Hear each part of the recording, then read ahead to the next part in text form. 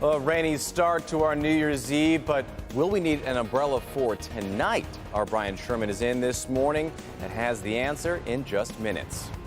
And it is game day. We are just hours away from finding out if U of M will be playing for a national championship. We're bringing you team coverage all morning long. Local 4 News starts now with a breaking news alert. And that breaking news from Vatican City, where it was just announced that former Pope Emeritus Benedict has passed away at the age of 95. He passed away in the Vatican at about 3:30 in the morning our time. Pope Benedict became the first pontiff to step down in 600 years when he resigned back in 2013, saying he no longer had the physical and mental strength to run the church. And just in, the Vatican announcing the funeral for the former Pope will be on Thursday in St. Peter's Square. We'll have much more on his life and his legacy coming up in our 8 o'clock hour. And also breaking this morning, a 15-year-old boy shot and killed at a hotel party on the border of Dearborn and Detroit. That's where we'll begin this morning with our Megan Woods, who is live there for us. Megan, we hear that there are multiple suspects here and that this deadly altercation may have started on social media as well. That's right, Grant. This happened around 3:30 this morning, and so, police are still here. It's a very active scene. You can see behind me the flashing lights, and police are, still talking, trying to get information, looking through video. But what they are saying, the information they have right now, is that there were 3 suspects. They say that this started from chatter on social media, people going back and forth. The 3 suspects came here to the Hawthorne Suites at a party where there were 20 to 30 teenagers here, and they shot at the suite, and then teenagers who were at the party returned fire. That's what police are saying right now, but of course this is developing. That could change, and they say after one 15-year-old was shot and killed, that could have possibly been their target. But those 3 suspects, they left on foot. Police are still looking for them. And as a parent, you can imagine how, stressful this is to get that call and to rush here. Take a listen to one of the Detroit police captains, how he describes the scene when they first arrived.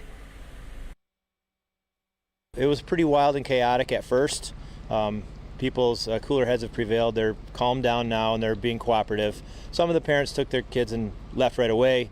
Others, some went to the police precinct, to the 6th precinct, and gave statements, which was appreciated because that's where we got a lot of our good information. In a secure location like the precinct, that was a good idea. And like I said, the other parents are here waiting for detectives to get statements from the kids that are left over that were still here.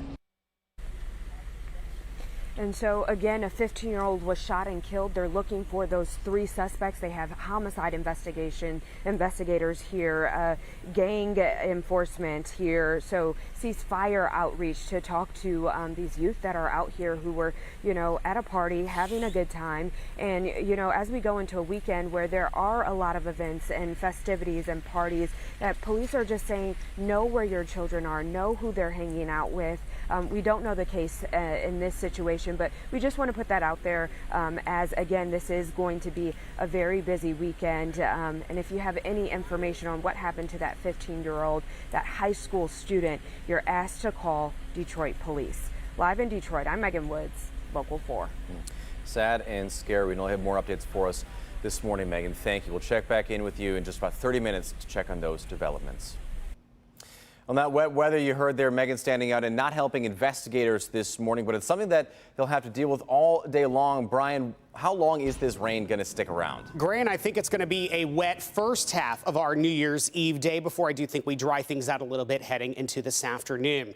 Exact Track 40 radar has that rain shield firmly in place over the majority of southeastern Michigan, but drying things out in our northern and northwestern communities from Sandusky down toward Lapeer, including Flint, and the back edge of the rain over to Howell. So while most of us need that umbrella, as you saw Megan with early this morning, I think we'll be able to put it away a little bit heading heading into this afternoon. Tower cam from Windsor looking across the river into downtown Detroit. You can really see that low cloud cover heading outside early this morning. Starting off 44 right now here in Detroit. 39 as you're working over into Howell, one of our cooler spots. 40 right now working over into Pontiac, and 40 starting off this morning heading over into Adrian. We are the back edge of that rain shield working right through southeastern Michigan. This is with the cold front, so drier and cloudy the further north and west you go across the state. And I think we will start to dry things out as we head into this afternoon. Temperatures holding firmly in the low 40s for the majority of the day today with that rain sticking around. But as we go into New Year's Eve late tonight, I'm looking for a little bit of a wintry mix possible late tonight into early on New Year's morning. I'll break down what you can expect in your complete 4-1 forecast. That's coming up in just a few minutes. All right, thanks, Brian. Today, the Michigan Wolverines on the field vying for a shot at the national championship. There is so much at stake. We're talking number 2 Michigan taking on number 3 TCU.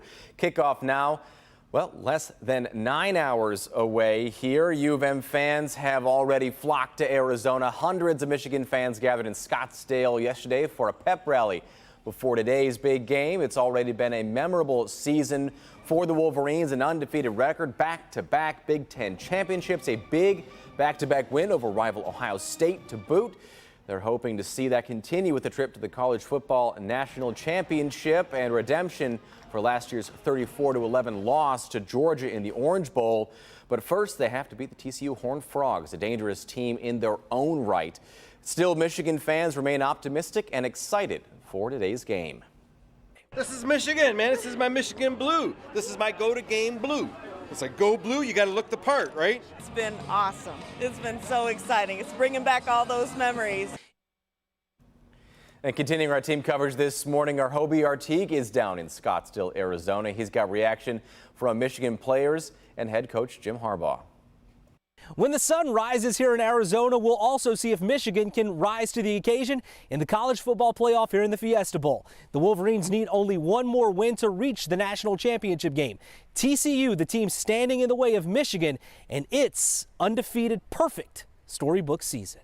Both teams took to the podium for one final time before starting up the college football playoff. Michigan and Jim Harbaugh, TCU and Sonny Dykes. Two teams on a collision course in the Fiesta Bowl with championship hopes still alive. Not everybody gets this opportunity. I mean, hardly anybody, gets this kind of opportunity. And, it's the best of the best, playing the best. You look at Michigan over the last 2 years, especially they're 25-2. It's been a heck of a run by their program and their players, and our guys are excited to compete against the best. For Michigan, this is back-to-back visits to the playoff, this year trying to make it further, fueled by what happened in the Orange Bowl a year ago. They support each other. They have each other's backs. It's a true team. It's a true ball team, and just makes it enjoyable every day, every single day. This is TCU's debut in the national semifinal, but there's no first-time fear in these Horned Frogs, ready to show they belong. This is new for us. But our guys have adapted incredibly well. So I think you'll see a team that's going to play hard, be excited to play, play physical, play a tough brand of football, and never quit. Two teams ready to make a statement with a spot in the national title game at stake. A big moment in Arizona, but the key now, compartmentalizing that magnitude as much as possible. Just go out and play as hard as you can, as fast as you can, as long as you can, and don't worry. Seek contact early. And then play as hard as you can, as fast as you can, as long as you can, and don't worry. TCU's passing game, the backbone of their team this year, top 6 in scoring offense. But they haven't played a defense quite like Michigan. Top 3 in scoring defense, giving up only 13 points per game. It'll be strength versus strength. We'll see which side prevails toward a national title game. In Arizona, Hobie Artigue, Local 4. All right, and we'll have full coverage of the game throughout the day here on Local 4 and clickondetroit.com. Again, our Hobie Artigue is in Arizona for us, and he'll have live game day results and more coming up later editions today of Local 4 News.